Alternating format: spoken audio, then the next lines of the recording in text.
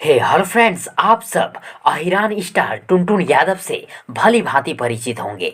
टुनटुन यादव भोजपुरी गानों के ऐसे सिंगर हैं, ऐसे गायक हैं जो अधिकतर गाने अहिर के ऊपर, यादव के ऊपर, यदुवंशी के ऊपर गाते हैं और जिसे दर्शक खूब पसंद भी करते हैं। साथ ही हमेशा टुनटुन यादव खेसारी लाल यादव जी के पक्ष में बेबाक बोलते हैं। और एक बार फिर से टुनटुन यादव खेसारी लाल यादव जी और अक्षरा सिंह के बवाल करेंगे होली सॉन्ग के ऊपर जहर वाली बात बोले हैं।